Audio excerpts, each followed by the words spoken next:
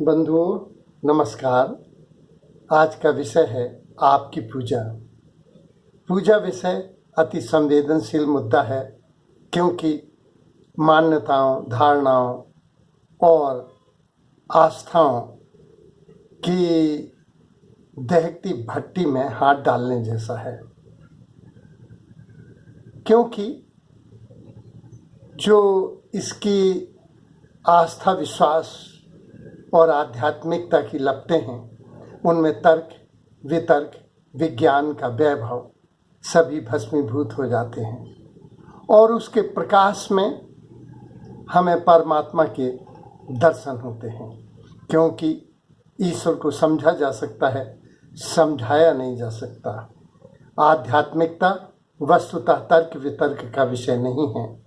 ये विज्ञान तर्क वितर्क का विषय है। तो बहुत सी चीज़ें विज्ञान से सिद्ध हो सकती हैं। ये तो हमारी मान्यताओं और धारणाओं का विषय है, और ये धारणाएं अंत में फलीभूत भी होती हैं। क्योंकि पत्थर में परमात्मा भक्त ने अपनी प्रेम की पराकाष्ठा में देख लिया और उसे उसका फल भी प्राप्त हुआ। एक व्यक्ति सूर्य को प्रणाम करता है, गंगा को प्रणाम करता है, गाय को प्रणाम करता है, गीता को प्रणाम करता है। उसके झुकते ही उसका आस्था और विश्वास, उसकी श्रद्धा उसको वो फल देती है जो वास्तविक चीजें भी नहीं दे पाती। हमें याद है, मिट्टी के द्रोणाचार्य ने एकलव्य को वो शिक्षा दी जो वास्तविक द्रोणाचार्य अर्जुन जैसे प्रतिभाशाली शिष्य को नहीं दे पाए। तो आज के विज्ञान के प्रकाश में हम अपनी नई पीढ़ी को समझें, क्योंकि नास्तिकता बढ़ रही है। आज 1 अरब लोग नास्तिक हैं। यूरोप के 70% लोग नास्तिक हो गए हैं। नीदरलैंड तो लगभग 95% लोग वहाँ के नास्तिक हैं। और आश्चर्य की बात कि नास्तिक देश धार्मिक देशों की तुलना में ज़्यादा वैज्ञानिक प्रगति कर रहे हैं, आर्थिक प्रगति कर रहे हैं, और धार्मिक देश गरीब हैं, विपन्न हैं, विपदाग्रस्त हैं, बीमार हैं। तो आज के युग में लोग नास्तिकता बढ़ रही है। इसलिए विज्ञान के संदर्भ में समझें कि पूजा क्या है, परमात्मा क्या है, आस्तिकता नास्तिकता क्या है, पूजा कैसे प्रारंभ हुई, कैसे विकसित हुई, और विभिन्न धर्मों में इसका रूप क्या है, पूजा और विज्ञान क्या है, पूजा के विविध रूप क्या हैं, और पूजा के प्रभाव क्या हैं। पूजा क्या है? परमात्मा को प्रसन्न करने के लिए प्रेम से किया गया कोई भी कार्य पूजा ही है। लेकिन परंपरा के में बंध के बाध्य होके किया गया कार्य क्रियाकांड है या पाखंड है। क्योंकि पूजा होनी चाहिए, ध्यान होना चाहिए, प्रेम होना चाहिए। ये कोई करने की वस्तुतः है नहीं। पूजा कैसे प्रारंभ हुई? क्योंकि हमारे वेदों में, उपनिषदों में, आरण्यकों और ब्राह्मणों में तो निराकार ब्रह्म था। लेकिन यज्ञ की पूजा ब्राह्मण ग्रंथों में आई है, विधि विधान आरण्य ग्रंथों में आया है। ज्ञान अंश ने भी, जो उपनिषद हैं ज्ञान अंश, उनने भी इसकी पुष्टि की है। तो पूजा के बीच तो हमारे थे यज्ञों की जो आयोजन था, उसी से पूजा का प्रारंभ हुआ। संध्या उपासना से पूजा का प्रारंभ हुआ। फिर जब मूर्ति पूजा आ गई, मूर्तियां बनने लगीं, तो इस पूजा विधि को और विकास मिला। जैनियों ने सबसे पहली मूर्तियां बनाई, बौद्धों ने बताई, फिर हिंदुओं ने भी अपनी देवी देवताओं के मूर्तियां बनाई, और इस तरह से मूर्ति पूजा हिंदू धर्म में, साकार उपासना हिंदू धर्म में प्रारंभ हुई, और पूजा ने अपना विशाल और विकराल रूप धारण किया। विभिन्न धर्मों में इसका क्या रूप है? हिंदू धर्म में अष्टांग योग है, जिसमें यम, नियम, आसन, प्रत्याहार, ध्यान, धारणा आदि है। यज्ञ, हवन, जप, तप आदि का उल्लेख है। नामोच्चार और मंत्रोच्चार जप में किया जाता है। जप करने से मनुष्य उस मंत्र के प्रति, उस देवता के प्रति सम्मोहित हो जाता है और उसे लगता है कि इस मंत्र का प्रभाव उसके ऊपर पड़ा और पड़ता भी है, क्योंकि हमारी मानसिक स्थिति ही हमारे प्रभाव को निर्धारित कर देती है। हम उस मंत्र के प्रति, हम उस देवता के प्रति सम्मोहित हो जाते हैं, क्योंकि पहले से ही हमने अपने देवता अपने धारणाओं के अनुरूप बना रखे हैं। हमने अपने देवता उसी के आगे नतमस्तक होते हैं जैसे कि बीज हमारे अंदर होते हैं। तो श्रद्धा, विश्वास और आस्था के बीज हमारे अंतरतम में समाये रहते हैं और जप करने से हम जप के प्रति सम्मोहित हो जाते हैं। गायत्री मंत्र का मान लो उल्लेख किया तो उसमें कहते हैं, हे सविता रूप ब्रह्म, हम तेरे तेज को वरण करते हैं, तू हमारी बुद्धि को सन्मार्ग में प्रेरित करे। तो बार बार कहने से हम उसके तेज को वरण भी करते हैं और सन्मार्ग पर भी चलते हैं। या नवाज में कहते हैं, या अल्लाह हमें सीधे रास्ते पे चलाना, उन लोगों के रास्ते पे नहीं जिन पे तूने गजब खाया, उन लोगों पे जिन पे तूने इनायत की। तो हम जब प्रार्थना करते हैं तो सीधे मार्ग पर भी चलते हैं। तो हिंदू धर्म में यज्ञ की, हवन की, जप की, तप की। तप क्या है? तप एक ही दिशा में जब मन, बुद्धि, आत्मा संयोजित हो जाती है, सुनियोजित हो जाती है एक लक्ष्य के प्रति, तो उसको तप कहते हैं। इसी के बाद भजन है जो जप के काफी करीब है। कीर्तन, जब भगवान का यशगान किया जाता है तो इसे कीर्तन कहा जाता है।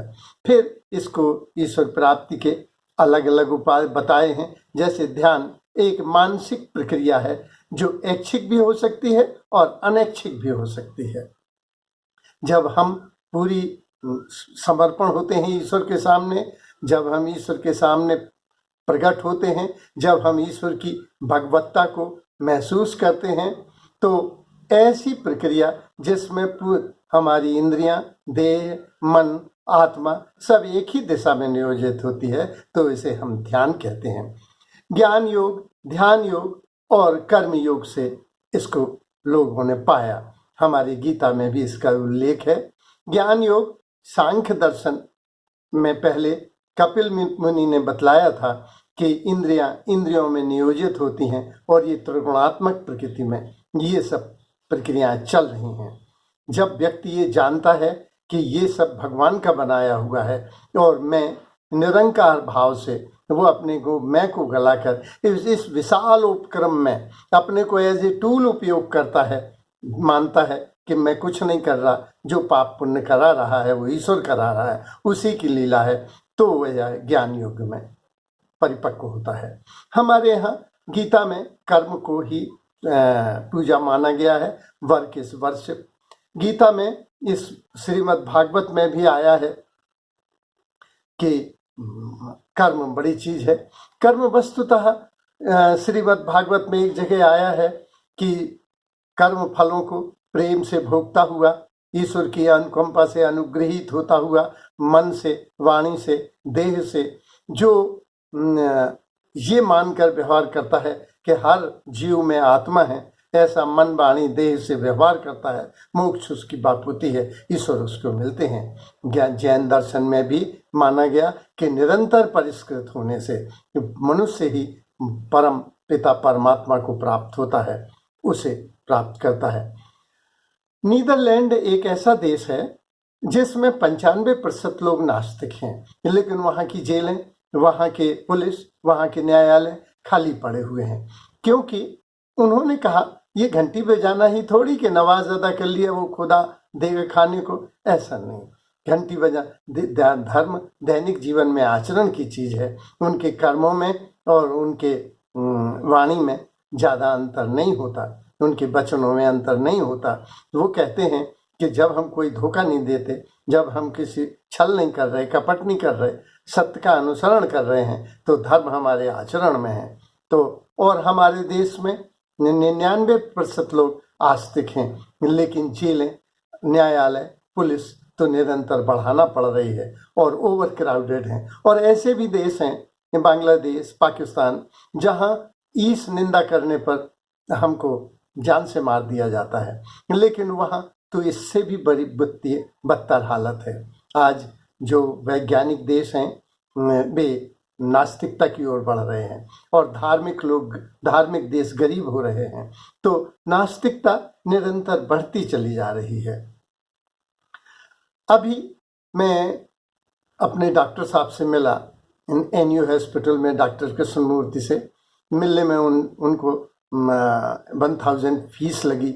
10 पहले से चेकअप कराए गए। इसके बाद 4 घंटे के लंबे इंतजार के बाद मिले। मैं अपनी समस्या जल्दी जल्दी बताने लगा तो उन्होंने कहा, देखिए, वो 85 वर्षीय डॉक्टर, बुजुर्ग डॉक्टर बोले कि मैं पैसा कमाने के लिए नहीं बैठा, मैं पूजा करने के लिए बैठा हूँ।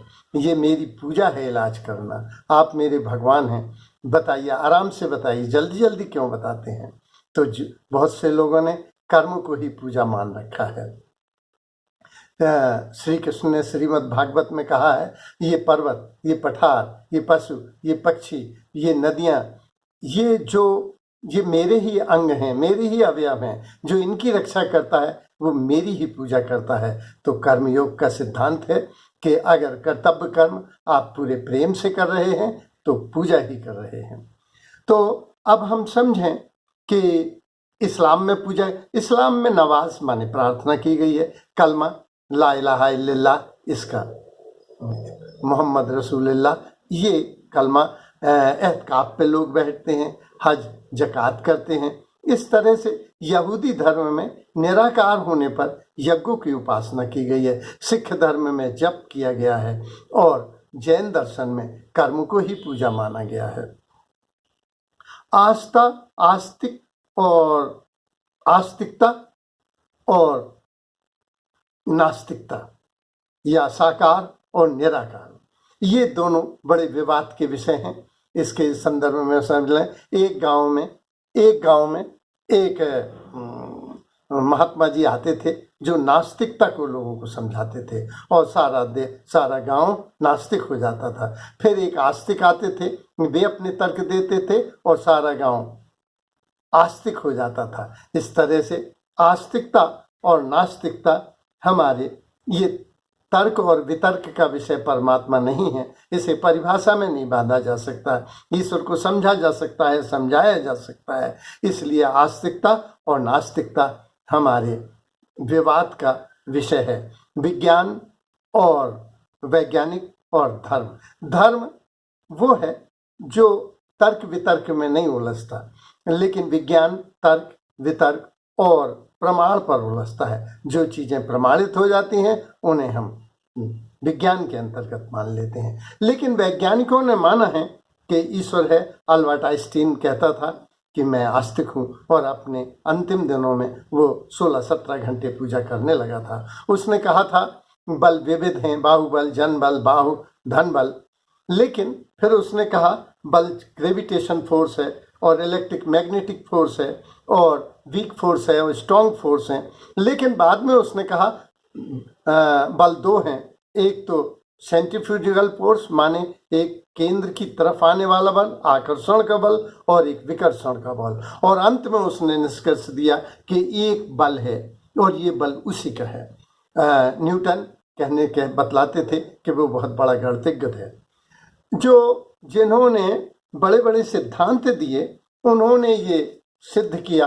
अल्बर्ट आइंस्टीन ने अपने दोनों सिद्धांतों में ईश्वर का शब्दों का प्रयोग किया, गॉड पार्टिकल का उपयोग हुआ। लेकिन आज धर्म राजनीति, खलील जिब्रान ने लिखा था कि धर्म और राजनीति आज षड्यंत्र का शिकार हो गई है। इस तरह से धर्म जो है वो धंधा हो जाने की वजह से विवादास्पद हो गया है। लेकिन जैसे जैसे विज्ञान आगे बढ़ता है वैसे वैसे धर्म की व्यर्थ की मान्यताएं समाप्त होती हैं। जैसे आर्यभट्ट ने कहा था अक्ष पर पृथ्वी घूमती है, कापरनिकस ने कहा केंद्र सूर्य है, गैलीलियो ने कहा ग्रह गतिशील हैं। इस तरह से विज्ञान की धारणाएं पुष्ट हो रही हैं। न्यूटन ने गुरुत्वाकर्षण का, न्यूटन आस्तिक था, अल्बर्ट आइंस्टीन, स्टीफन हॉकिंग ये जिन्हें ब्लैक होल की कल्पना की वे आस्तिक थे। तो हमारे सारे वैज्ञानिक ये मानते हैं, चाहे वो जो भी सिद्धांत को, हमारे सारे डॉक्टर मानते हैं कि हम दवाई तो दे रहे हैं पर ईश्वर के नाम पर दे रहे हैं। इस तरह से विज्ञान अभी प्रमाण जुटा नहीं पाया, लेकिन विज्ञान ये भी नहीं कहता कि आत्मा नहीं है, पुनर्जन्म नहीं है, परमात्मा नहीं है। ना वो ये कहता है, वो कहता है मुझे मालूम नहीं है। अभी हमें जितना वैज्ञानिक कहते हैं, हमें यूनिवर्स के बारे में जितना मालूम है वह 2% है, शरीर के प्रति में 2% है। हमें अभी 98% मालूम नहीं है, क्योंकि अल्बर्ट आइंस्टीन ने कहा था कि हर बीज में एक प्रोग्रामिंग हुए। मैंने अनंत देखा, व्यवस्था देखी, इस व्यवस्था का संचालक होना चाहिए। और ये अल्बर्ट आइंस्टीन का था कि ये एक ब्रेन से संचालित होना चाहिए। पूरब में जिसे प्रेम से परमात्मा कहा गया, उसी को पश्चिम में प्रकृति कहा गया, जो प्रकृति स्वयं संचालित है। क्योंकि ऊर्जा पदार्थ में बदलता, पदार्थ ऊर्जा में बदलती। ये कौन बदलता है? कौन ऊर्जा हृदय को देता है? कौन प्रकाश कणों को संचालित करता है? कौन दिन रात करता है? ये ऊर्जा कहाँ से आ रही है? ये ऊर्जा निस्संदेह उसी की होना चाहिए। तो हमको इसका जो प्रभाव पड़ता है वो समाज पर, शरीर पर, स्वास्थ्य पर बहुत अच्छा प्रभाव पड़ता है। अगर हमें लगता है कि संवेदना, सहानुभूति, प्रेम, विश्वास हमारे साथ है तो हमें संबल मिलता है, शांति मिलती है, विपत्ति में हमारा सहारा मिलता है। गज और ग्राह ने 1 मिनट के गज के पूजा में परमात्मा प्रकट हो गया। और तो हमें ये कहना चाहिए कि द्रौपदी ने हाथ भी नहीं जोड़ पाए और परमात्मा प्रकट हो गए। इस तरह से हमें ये विश्वास रहता है, और जिन्हें विश्वास होता है उनको फल मिलता है। विश्वास फल देता है, श्रद्धा हमें ज्ञान देती है। तो इससे शरीर विज्ञानी कहते हैं कि पूजा का प्रभाव मानवीय स्वास्थ्य पर बहुत अच्छा पड़ता है। अर्थशास्त्री कहते हैं संपत्ति पर पड़ता है, समृद्धि पर पड़ता है। समाजशास्त्री कहते हैं समाज पर अच्छा प्रभाव पड़ता है। इसलिए पूजा करना चाहिए, क्योंकि पूजा होनी चाहिए। प्रेम से परमात्मा तक ले जाने के विविध मार्ग हैं, धर्म विभिन्न उपाय हैं, आत्मिक शांति का मार्ग है ये। इसलिए पूजा करना चाहिए। धन्यवाद।